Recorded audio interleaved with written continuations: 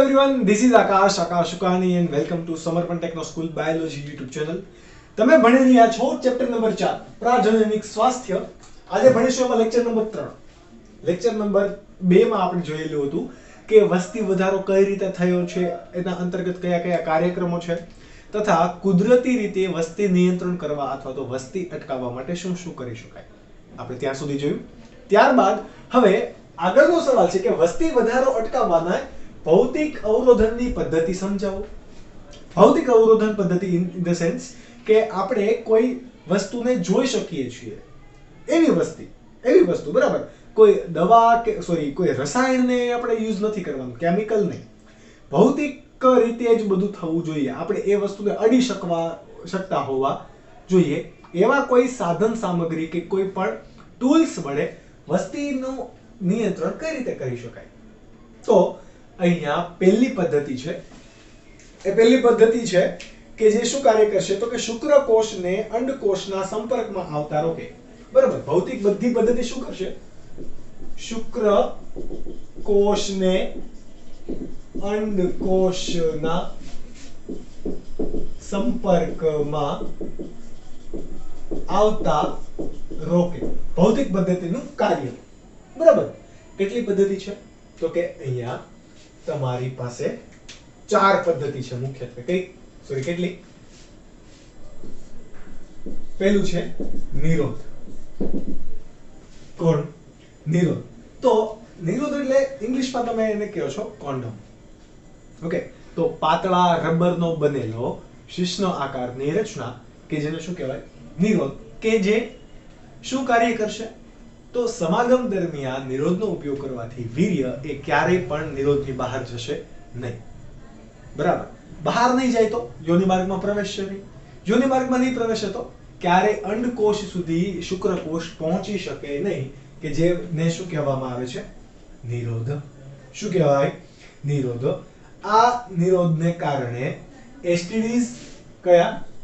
એસટીડીઝ અને એઇડ્સ જેવા રોગો પણ રોકી શકાય. યાદ રાખજો, જાતીય સંક્રમિત રોગો અને એઇડ્સ જેવી ગંભીર બીમારીઓ પણ રોકી શકાય. કોના કારણે?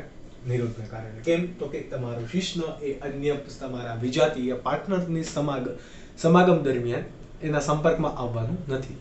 પરિણામે કોઈ રોગોનો ફેલાવો પણ થતો નથી. ઓકે. પાતળા આમ તમે બીજું શું કહી શકો? કોન્ડોમ. ઓકે.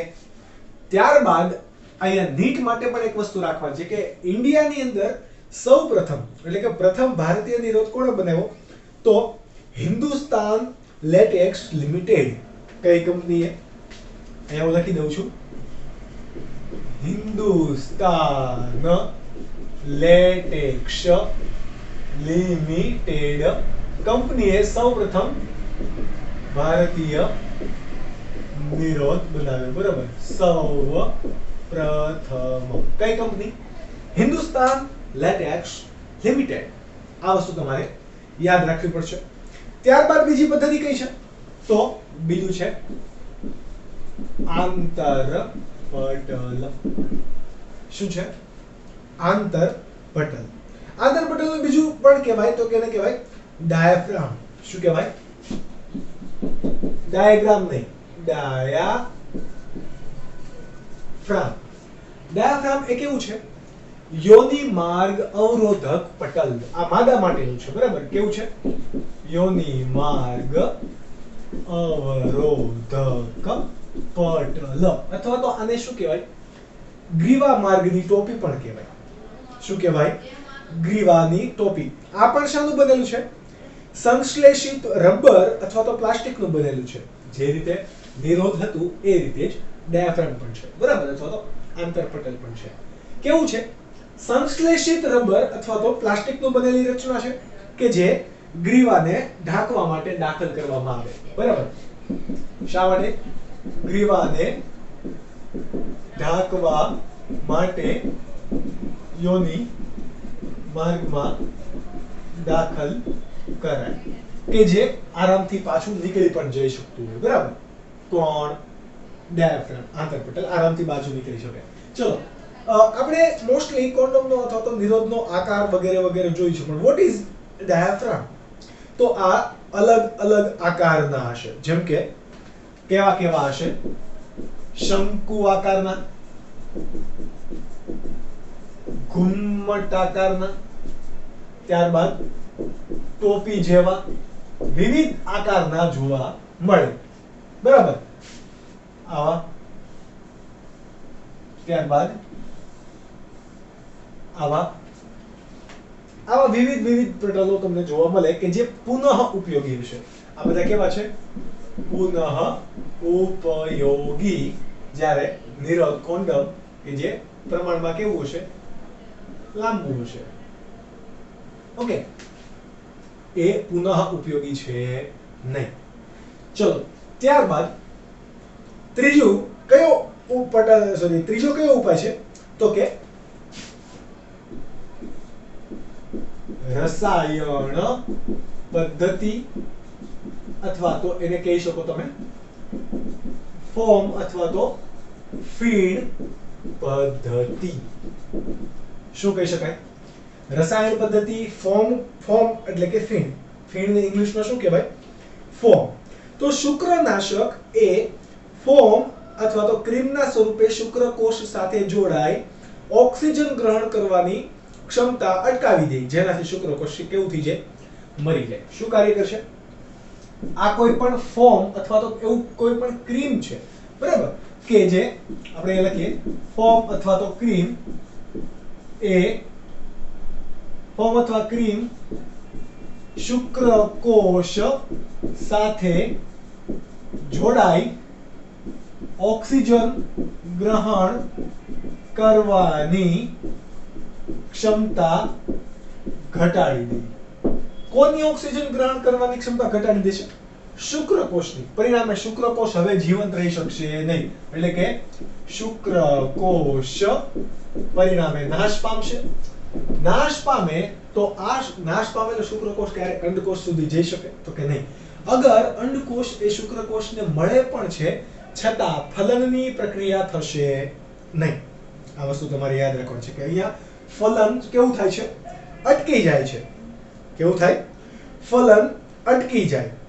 ઓક્સિજન ગ્રહણ ક્ષમતા અટકાવાય. બરાબર? એ માટે હવે આ જે શુક્રનાશક છે, આ શુક્રનાશક ગર્ભ નિરોધક ગોળી હોઈ શકે.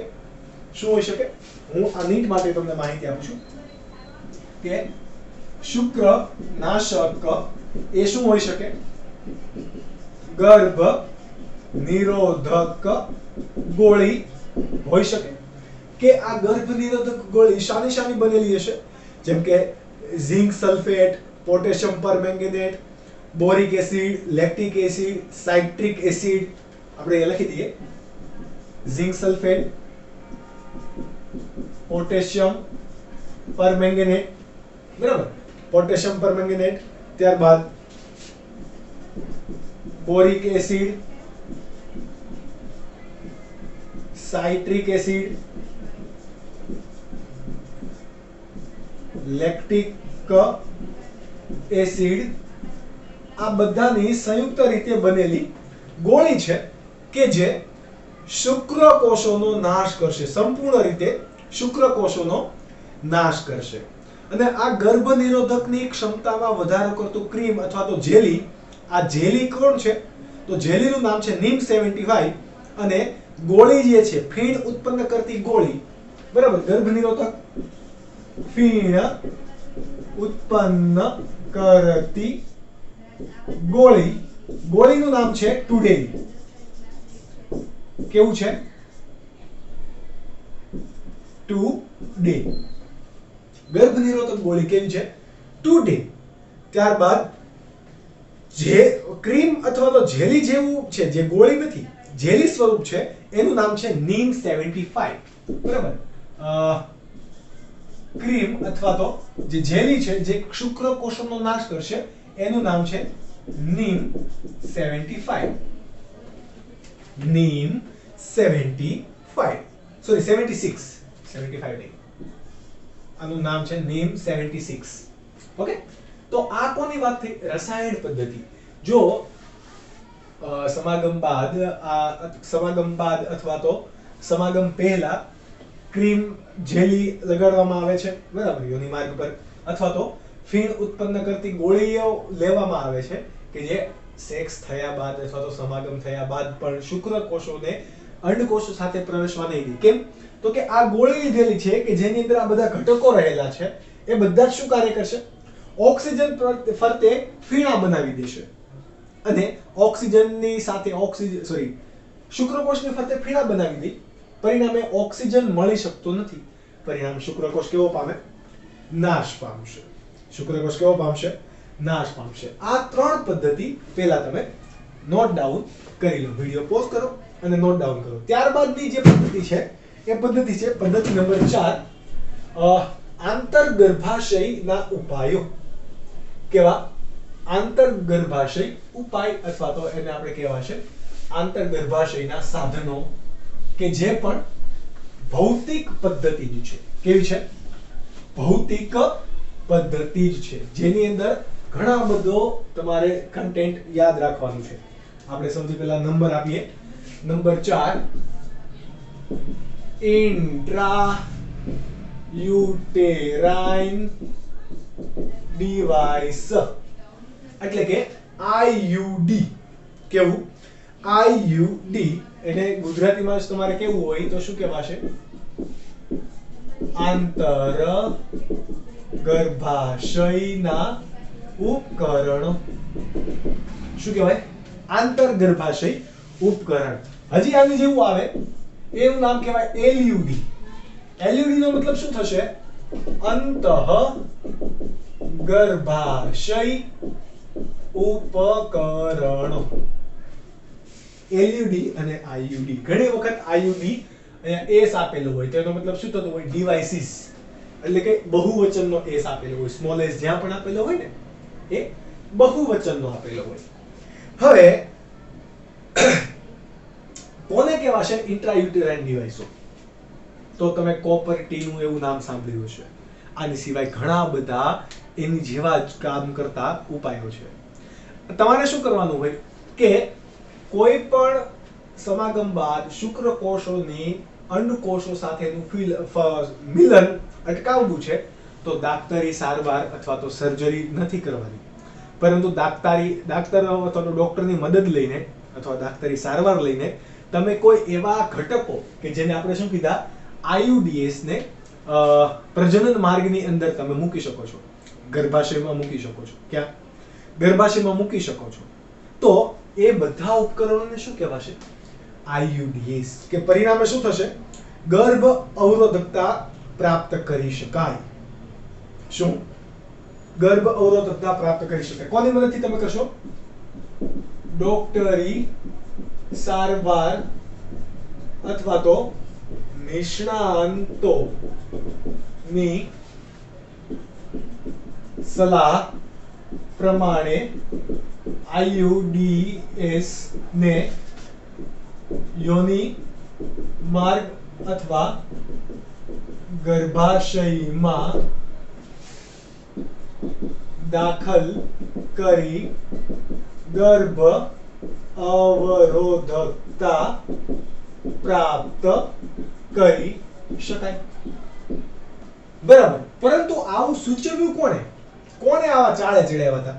તો એ વૈજ્ઞાનિક હતો ગ્રાફેનબર્ગ. નામ યાદ રાખવાનું છે, બરાબર. શોધ કોણે કરી? વૈજ્ઞાનિક હતો ગ્રાફેનબર્ગ. આ જે રેડ કલર થી અહીંયા લખું છું એ નીટ માટે તમારું બહુ જ ઇમ્પોર્ટન્ટ છે. આ ગ્રાફેનબર્ગે શું કર્યું તો કે એને સૌપ્રથમ આ આઈયુડીએસ બનાવ્યું કે જેને ઉપયોગમાં લઈ લીધું, બરાબર. કે પ્રથમ આઈયુડીએસ બનાવ્યું કે જે કેવું હતું? ચાંદીનું બનેલું હતું. ચાંદી એટલે કે આર્જેનિયમ. કોણ? આર્જેનિયમનું બનેલું હતું. હવે આ આઈયુડીએસ ને માદાના ગર્ભાશયમાં દાખલ કરવામાં આવ્યું જ્યાં સુધી આ આઈયુડીએસ શરીરમાં હતું, એટલે કે ગર્ભાશયમાં, માદાના ગર્ભાશયમાં હતું, ત્યાં સુધી શુક્રકોષો વડે અંડકોષોનું ફલન થયું નહીં. શું ન થયું? શુક્રકોષો વડે અંડકોષોનું ફલન થયું નહીં, તો એના ઉપરથી આપણે શું કરી શકાય, શું કહી શકાય કે ગર્ભ ધારણ કરવાની ક્ષમતા કોને લીધે ઘટી ગઈ? અહીંયા ચાંદીને લીધે, કોઈ એવી ધાતુને લીધે ઘટી ને, બરાબર. આ ધાતુને શરીરની અંદર એડ કરવાથી, તો ગર્ભાશયમાં એડ કરવાથી કેવું થાય છે?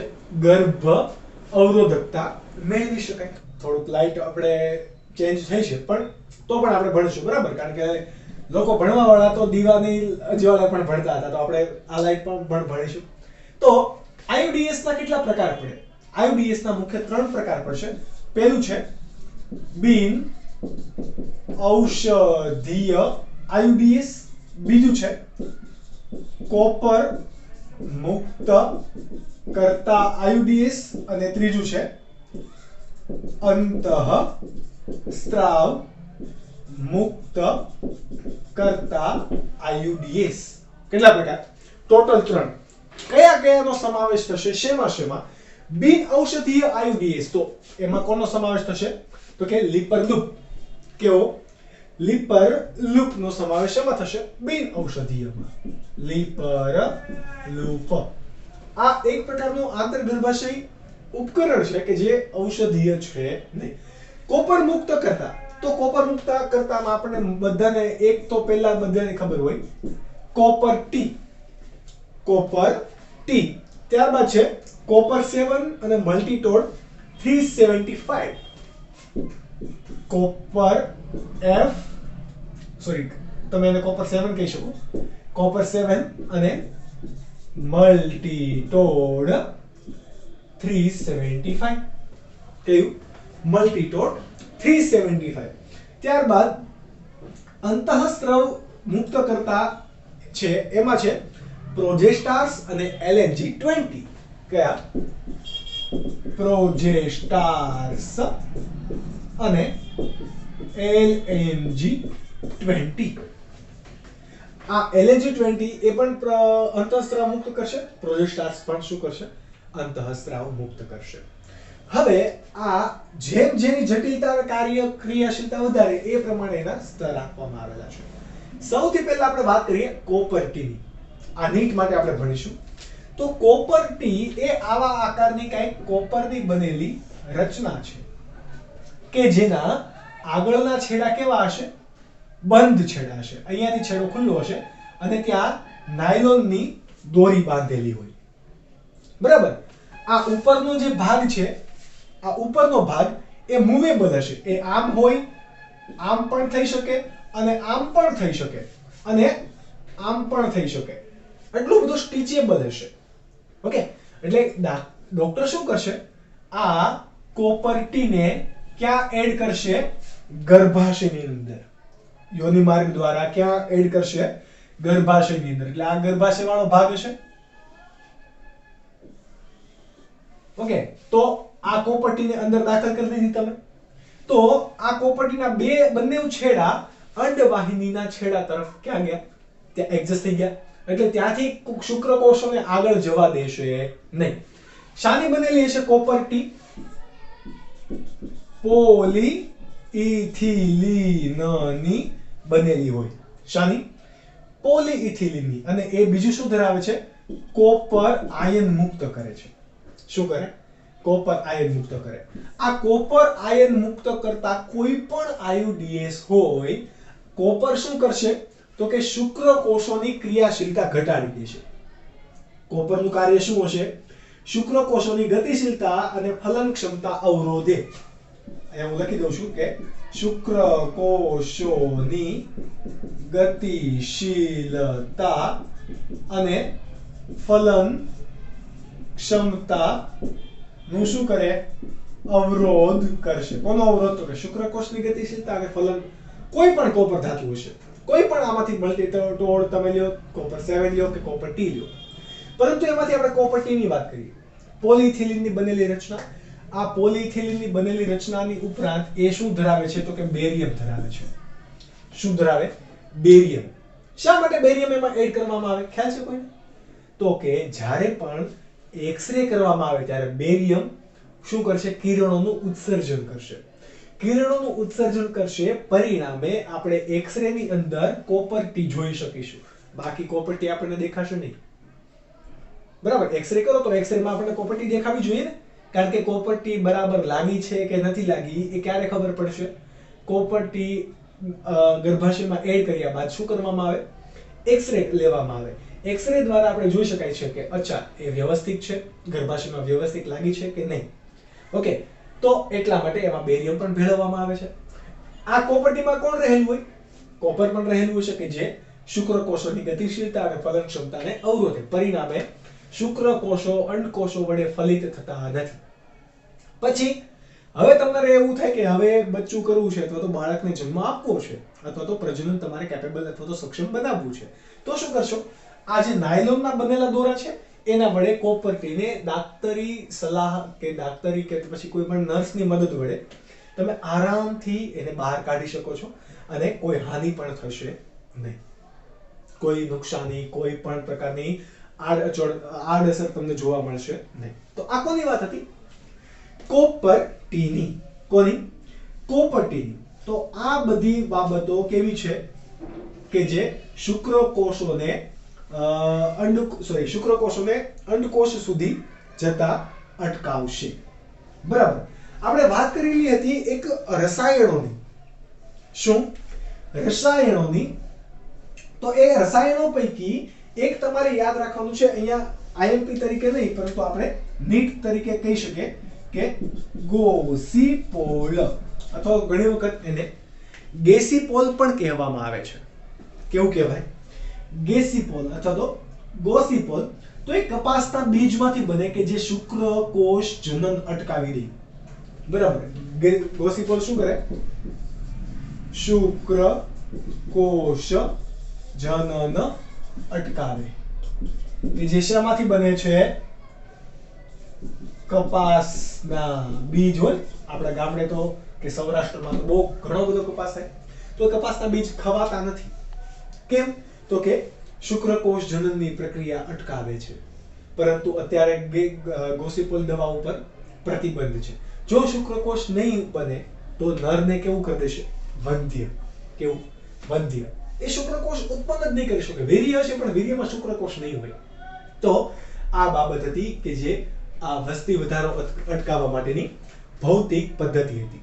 ત્યારબાદ આપણે જોઈશું તો એ હશે કુટુંબ નિયોજન અથવા તો વસ્તી વધારો અટકાવવા માટેની અંતઃસ્ત્રાવી પદ્ધતિ. એ પહેલા તમે આ વસ્તુ નોટ ડાઉન કરી લો. ત્યારબાદનો ટોપિક છે કે વસ્તી વધારો અટકાવવા અથવા તો કુટુંબ નિયોજન માટેની અંતઃસ્ત્રાવી પદ્ધતિ સમજાવો. આ અંતઃસ્ત્રાવી પદ્ધતિ મોટા ભાગે સ્ત્રીઓ માટે અથવા તો માદા માટે છે. શાના માટે છે? સ્ત્રીઓ માટે અથવા તો માદા માટે આ પદ્ધતિ છે. બરાબર, આ પદ્ધતિની અંદર શું કરવામાં આવે? તો બે પદ્ધતિ છે. પહેલીની અંદર શું હશે? કોઈ પણ માદાની અંદર પ્રોજેસ્ટેરોન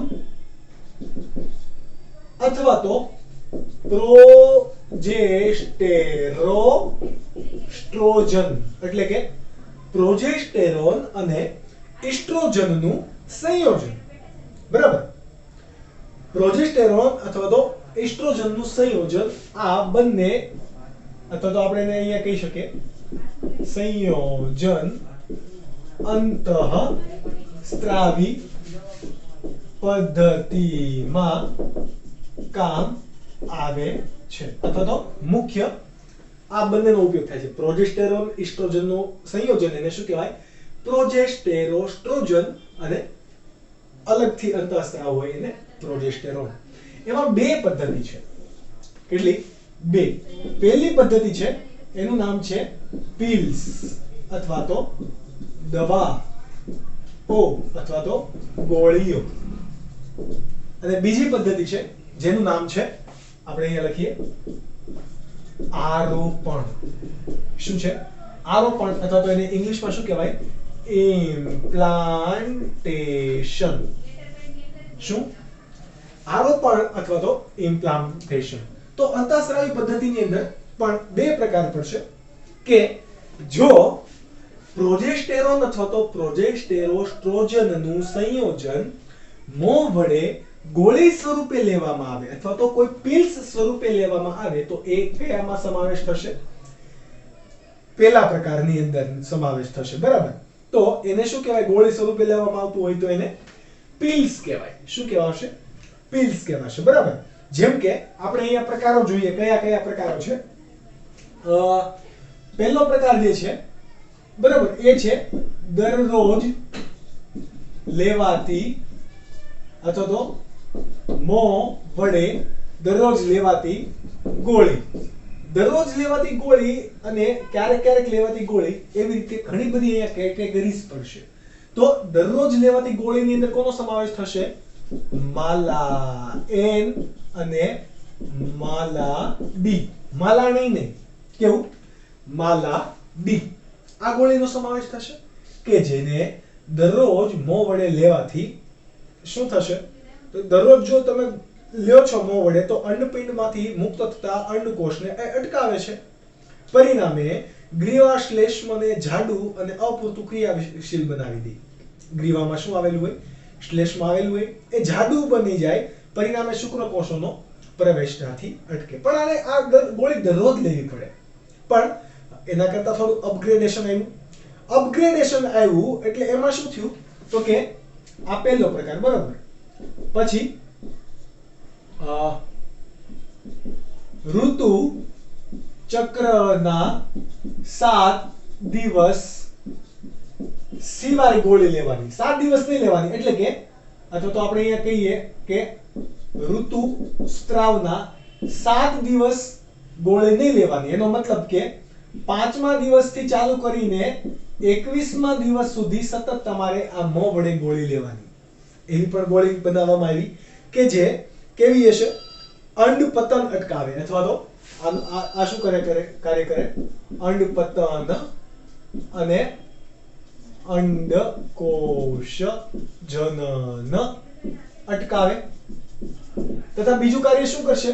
આવડી આ ગોળીઓ કે જે 5 થી 21 દિવસ સુધી લેવામાં આવે, ફક્ત 7 દિવસ લેવામાં આવતી નથી. એ ગોળી બીજું શું કાર્ય કરે?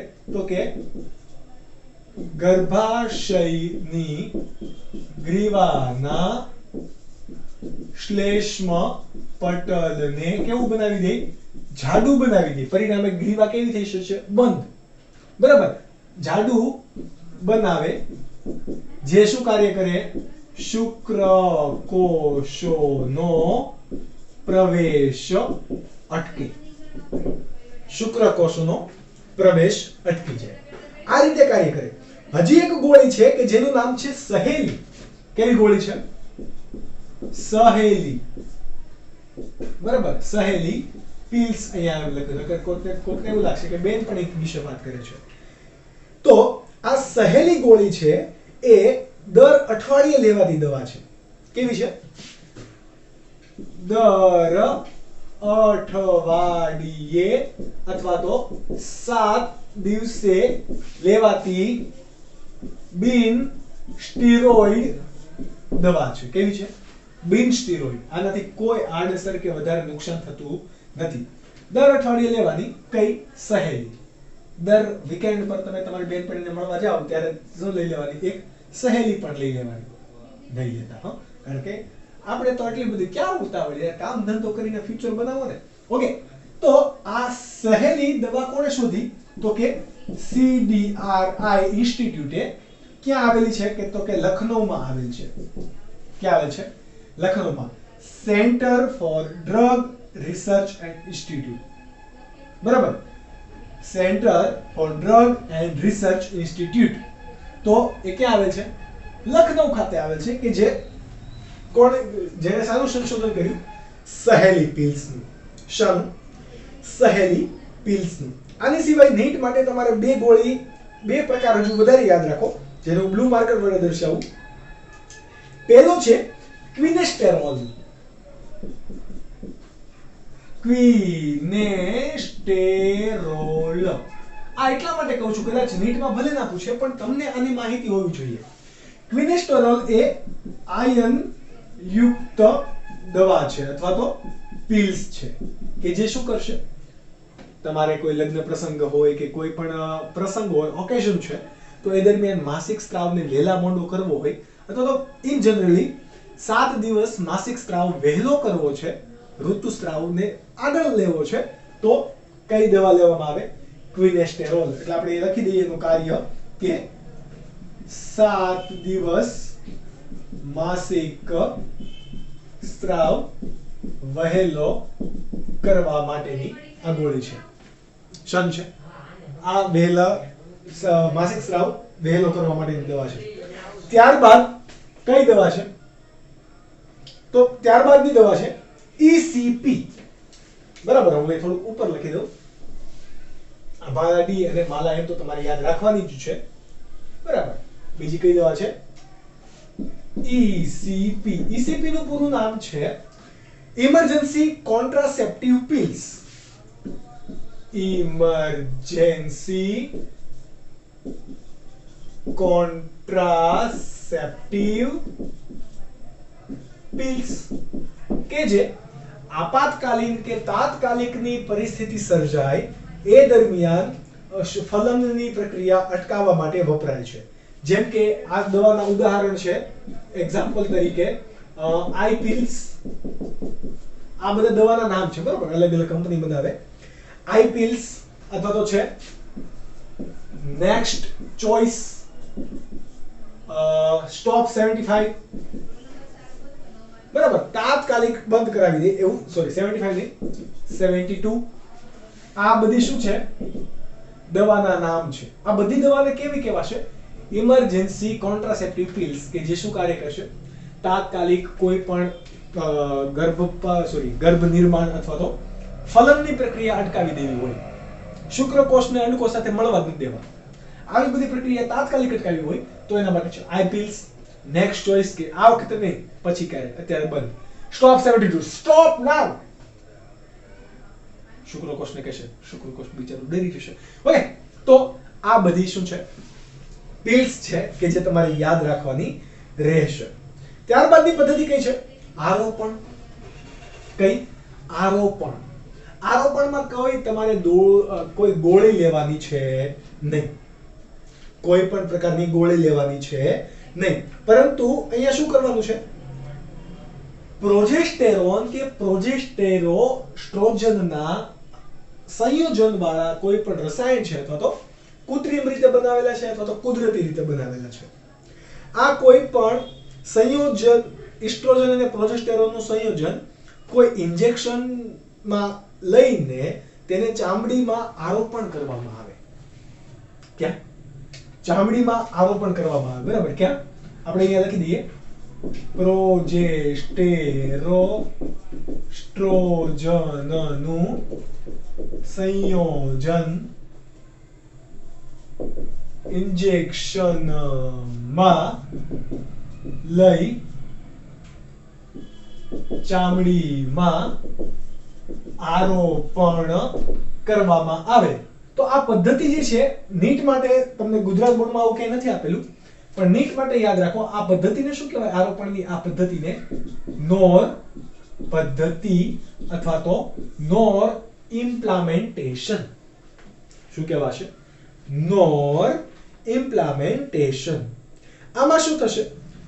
નોર પદ્ધતિની અંદર અધો ત્વચીય ઇન્જેક્શન નો ઉપયોગ કરવામાં આવે.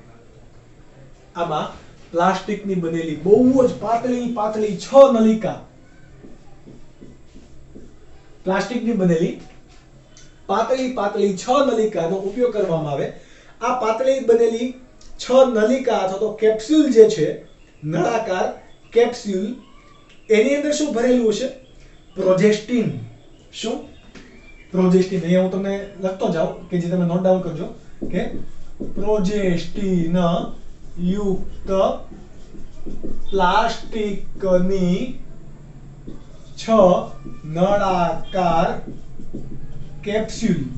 નળાકાર અને પાતળી કેપ્સ્યુલને મોસ્ટલી સ્ત્રીના બાહુ પ્રદેશ હોય, બાહુ પ્રદેશ અથવા તો જાંઘ પ્રદેશની અંદર દાખલ કરવામાં આવે. પણ ક્યાં? ચામડીની અંદર, શરીરની અંદર તો કે નહીં. આપણે આ ચામડી છે તો એ ત્વચીય લેયર, એની તરત નીચેનું લેયર એ કયું છે? અધોત્વચીય લેયર. કેપ્સ્યુલને માદાના બાહુ પ્રદેશ અથવા તો જાંઘ પ્રદેશના અધોત્વચીય આવરણમાં આરોપણ કરવામાં આવે. આ પદ્ધતિને શું કહેવામાં આવે? સ્પેસિફિકલી નોર પદ્ધતિ. કઈ? નોર પદ્ધતિ અથવા તો નોર ઇમ્પ્લિમેન્ટેશન પદ્ધતિ. આ પદ્ધતિનો ફાયદો શું છે? આ એક વખત તમે ઇમ્પ્લિમેન્ટેશન કરાવી દીધું છે તો આ નળીની અંદર રહેલી દવા અથવા તો પ્રોજેસ્ટેરોન એસ્ટ્રોજનનું અથવા તો એને પ્રોજેસ્ટિન તમે કહો. શું કહો? પ્રોજેસ્ટિન. તો આ પ્રોજેસ્ટિનને 5 વર્ષ સુધી કઈ થતું છે નહીં. કઈ ના થાય. એટલે કે 5 વર્ષ સુધી ફલનની પ્રક્રિયા અટકાવશે. એટલે 5 વર્ષ સુધી એની એ કાર્ય કરશે. બરાબર. અને કયું કાર્ય કરશે? અંડ પતન અટકાવે. આ ઇમ્પ્લિમેન્ટેશન તમે કરાવો તો સ્ત્રીઓ માટેનું છે, પુરુષ માટેનું આમાં કઈ નથી. ઓકે. આ બધી પદ્ધતિને કારણે સંવર્ધનના 72 કલાકની અંદર જો પ્રોજેસ્ટેરોન અથવા તો પ્રોજેસ્ટેરોન એસ્ટ્રોજનનું સંયોજન લેવામાં આવે તો ખૂબ જ અસરકારક અને આપાતકાલીન ગર્ભ અવરોધક તરીકે પણ એ ઉપયોગી થાય. ક્યારે? તો કે સમાગમના 72 કલાક સુધીમાં જો આ કોઈ પદ્ધતિનો ઉપયોગ કરવામાં આવે તો શું થશે? એટલે કે પ્રોજેસ્ટેરોન એસ્ટ્રોજન ના સંયોજનોને શરીરમાં એડ કરવામાં આવે તો એ આપાતકાલીન અથવા તો તાત્કાલિક ગર્ભપતનની પ્રક્રિયા પ્રેરશે અથવા તો ગર્ભ અવરોધકની પ્રક્રિયા કાર્ય કરશે. એ ક્યારેય પણ ફલન થવા દેશે નહીં. તો આ પદ્ધતિ પણ તમારે યાદ રાખવાની છે. શાના માટે? વસ્તી વધારાની અટકાવવાની અંતઃસ્ત્રાવી પદ્ધતિ તરીકે.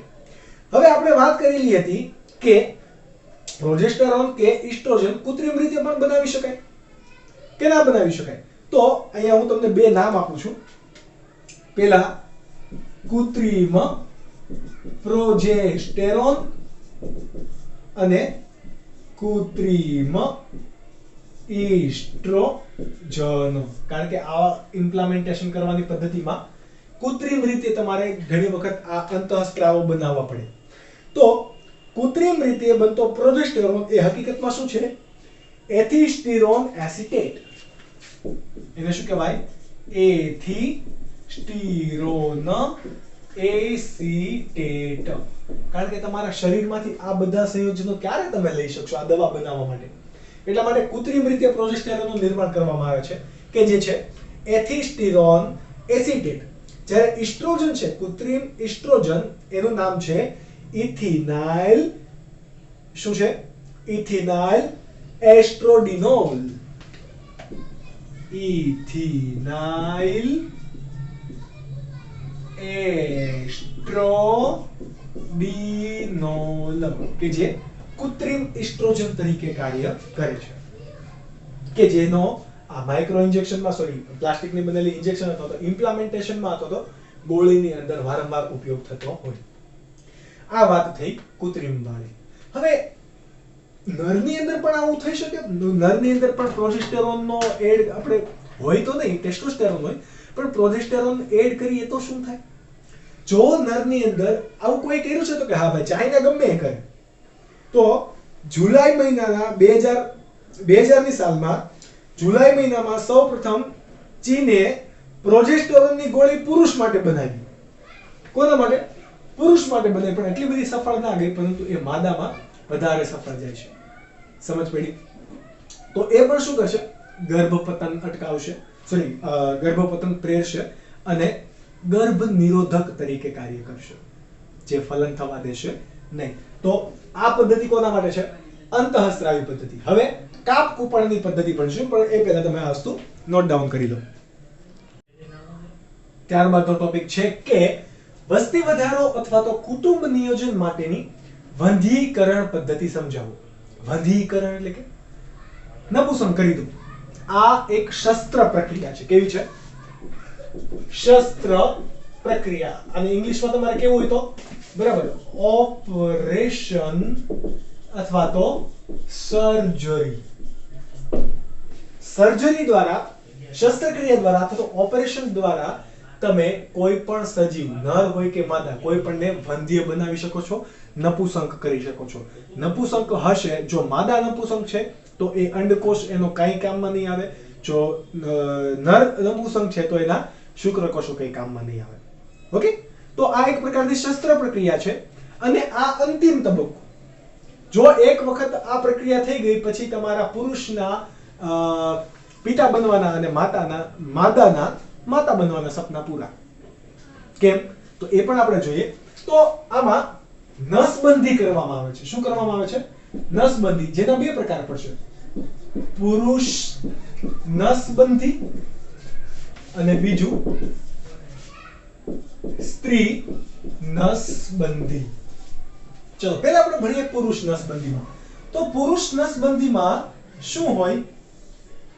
આવી રીતે શુક્રપિંડ, શુક્રવાહિની, અને આ રીતે શું આવેલું હોય? સોરી,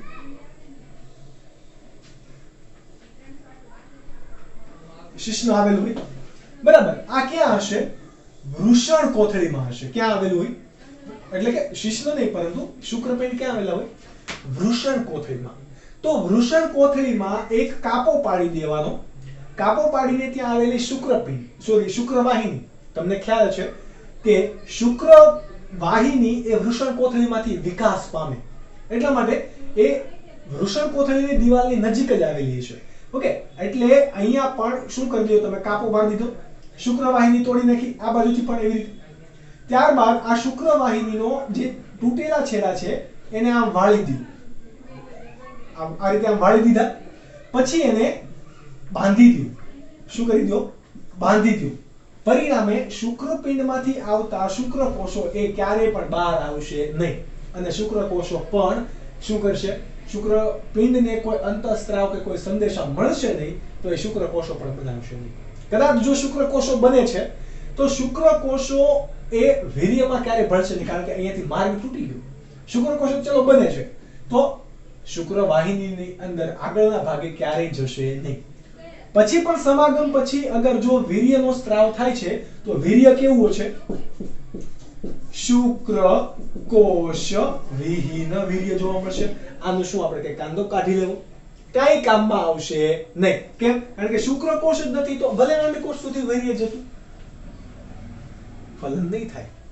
ફલન થશે નહીં થાય. તો આ પદ્ધતિને શું કહેવામાં આવે? પુરુષ નસબંધી, અથવા તો આને શું કહેવાય? ટ્યુબેક્ટોમી. શું કહેવાય? સોરી, પુરુષ નસબંધી છે એટલે વાસેક્ટોમી.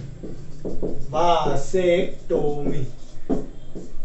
જ્યારે સ્ત્રી નસબંધીની અંદર સેમ પ્રક્રિયા કરવામાં આવશે, પરંતુ એને શું કહેવામાં આવે? ટ્યુબેક્ટોમી. સ્ત્રીની અંદર આ શું છે? ગર્ભાશય છે. બરાબર. ક્યાં આવેલું હોય ગર્ભાશય? ઉદર ગુહામાં. બરાબર. તો ઉદર ગુહામાં કાપો પાડીને આ અંડવાહિનીને અહીંયાથી તોડવામાં આવે. બરાબર. તોડીને એને કદાચ આવી રીતે વાળી પણ દીધી. અંડવાહિનીને આવી રીતે વાળી દીધી, અથવા તો ડાયરેક્ટ એના પણ તમે છેડા બાંધી શકો. પછી એના આ છેડાને બાંધી દેવાના. ઉદર ગુહામાં કાપો બાંધવો પડશે, કારણ કે એનામાં વૃષણ કોથળી નથી હોતી. બરાબર.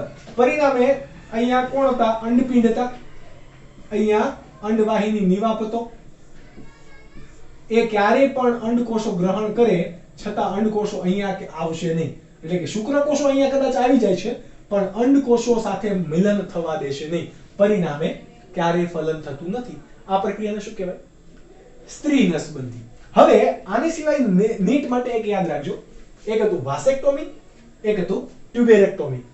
માદાની અંદરથી ઓપરેશન કરીને આખે આખું ગર્ભાશયને જ કાઢી નાખવું છે. ગર્ભાશય જ નથી.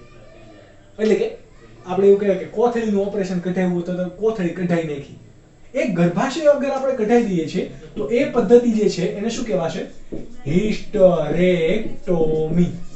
એટલે કે સર્જરી દ્વારા માદામાંથી ગર્ભાશય દૂર કરવાની પદ્ધતિ ને શું કહેવાય? હિસ્ટેરેક્ટોમી. તો વાસેક્ટોમી, ટ્યુબેક્ટોમી, હિસ્ટેરેક્ટોમી, આ ત્રણેય પદ્ધતિ દ્વારા વસ્તી વધારો અટકાવી શકાય અથવા તો કુટુંબ નિયોજન કરી શકાય. ઓકે, અને મોસ્ટલી આપણા મમ્મીએ બધાએ જ આ કરાવેલું છે ટ્યુબેક્ટોમી. કેમ? તો કે એ લોકો પછી સંતાન નથી ઈચ્છતા, 2-3 પછી સંતાન નથી ઈચ્છતા, તો એ પછી ઓપરેશન કરાવી લે છે. તો એ મેં શું કહેવાશે? ટ્યુબેક્ટોમી. આ વાત કોની હતી? વસ્તી વધારો માટેની પદ્ધતિ આપણે આ લેક્ચરની અંદર જોઈ. ત્યારબાદ આપણે આગળ ભણીશું લેક્ચર નંબર 4 ની અંદર. ત્યાં સુધીમાં તમારે બધું વાંચવાનું છે. એમસીક્યુ આમાંથી અઢળક એમસીક્યુ નીટમાંથી જે પણ એમસીક્યુ પૂછાશે આ ટોપિકમાંથી પૂછાશે મોસ્ટલી. પછી જાતીય સંક્રમિત રોગો છે એમાંથી પણ પૂછાશે, પરંતુ આ ટોપિક નીટ માટે બહુ કવર કરવો જેવો તમારો છે, એટલા માટે તમારે એમસીક્યુ સોલ્વ કરવા પડશે. થિયરી પણ જો આ ચેપ્ટરમાંથી પૂછાય છે 2 માર્ક્સની અને 3 માર્ક્સની, તો આ ક્વેશ્ચન્સમાંથી પૂછાય છે, એટલા માટે તમને આ પણ આવડતું હોવું જોઈએ. આઈ હોપ કે તમે મહેનત કરશો. મળીશું લેક્ચર નંબર 4 ની અંદર. ત્યાં સુધી bye bye and take care.